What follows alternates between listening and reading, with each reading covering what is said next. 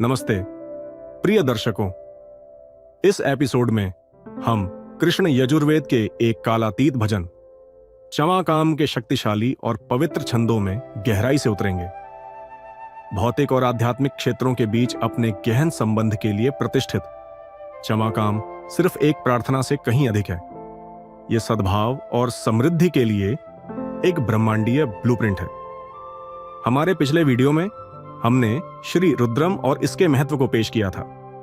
आज हम चमाकाम की जटिल कथा वस्तु को उजागर करते हैं। आइए इसके रहस्यों का पता लगाएं और जानें कि यह आधुनिक समय में हमें कैसे प्रेरित करता है। चमाकाम कृष्ण यजुर्वेद के तैत्तिरीय संहिता से एक पूजनीय भजन है जो श्री रुद्रम का अंतिम भाग है। यह भक्त और ईश्वर के बीच एक संवाद बनाता है जहां भौतिक और आध्यात्मिक आशीर्वाद के लिए अत्यंत विनम्रता और श्रद्धा के साथ अनुरोध किया जाता है।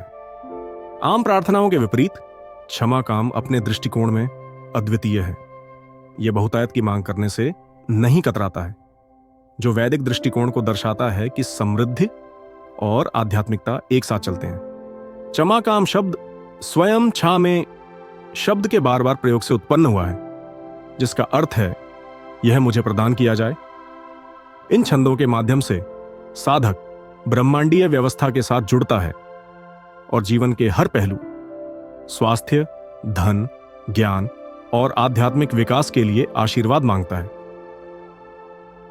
अग्निश्च में, चक्षुश्च में, प्राणश्च में, श्रोतम च में, वागेश्च में, आत्माच में, बालम च में, वर्चश्च में।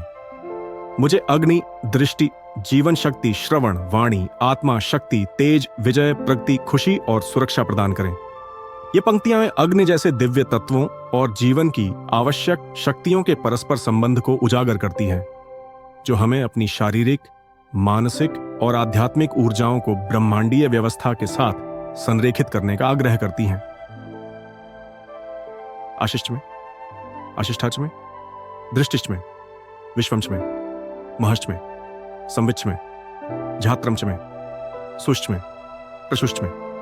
मुझे आशीर्वाद, सर्वोच्च आशीर्वाद, साहस, सार्वभौमिकता, महानता, पूर्ण ज्ञान, समझ, शुभता, सिद्धि और निपुणता मिले। यह श्लोक समग्र समृद्धि के वैदिक दृष्टिकोण पर जोर देता है। भौतिक संपदा, साहस और दिव्य ज्ञान का संतुलन। गवाश्च में, अश्वाश्च में, व्यांसिच में, मृगाच में, पशवश्च में, जीवाश्च में, जीविनश्च में, गाय, घोड़े, पक्षी, हिरण और सभी जानवरों के माध्यम से समृद्धि हो। जीवित प्राणियों को स्वास्थ्य और सद्भाव में पनपने दें। यह इस बात पर प्रकाश डालता है कि वैदिक जीवन में जानवरों को न केवल उनके व्यावहारिक योगदान के लिए बल्कि उनके पवित्र सार के लिए भी सम्मान दिया जाता था। एकश्च में, त्रयश्च में, पंचश्च में, सप्तश्च में, नवश्च में, एकादश्च में, त्रयोदश्च में, पंचदश्च में, सप्तदश्च में, नवदश्च में, एकत्रिंशच्च में, त्रयस्त्रिंशच्च में, सप्तत्रिंशच्च में, नवत्रिंशच्च में। इन संख्याओं के माध्यम से समृद्धि हो।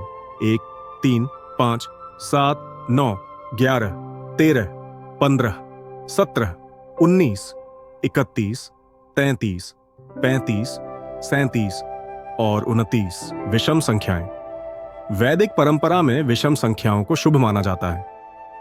वे ब्रह्मांडीय क्रम में वृद्धि, गतिशीलता और संतुलन का प्रतिनिधित्व करते हैं। अभाज्य संख्याएं, ये संख्याएं अविभाज्य हैं, जो पवित्रता और सृष्टि के मूलभूत निर्माण खंडों का प्रतीक हैं।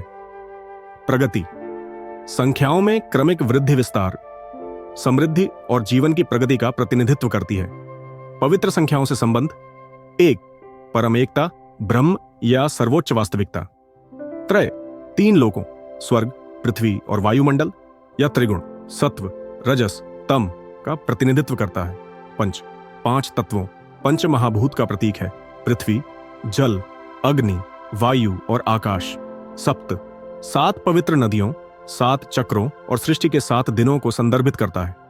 नव, पूर्णता का प्रतिनिधित्व करता है, जैसा कि नवरत्न, 9 रत्न या नवग्रह 9 ग्रह में होता है। उच्च संख्या बहुतायत, विकास और असीम समृद्धि का संकेत देती है।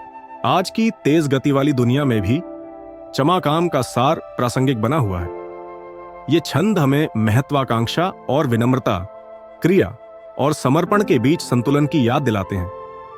क्षमाकाम भौतिक और आध्यात्मिक समृद्धि के बीच की खाई को पाटता है। यह हमें सिखाता है कि जीवन की सच्ची संपत्ति सामंजस्य में निहित है, खुद के साथ, अपने आसपास के वातावरण के साथ और ईश्वर के साथ।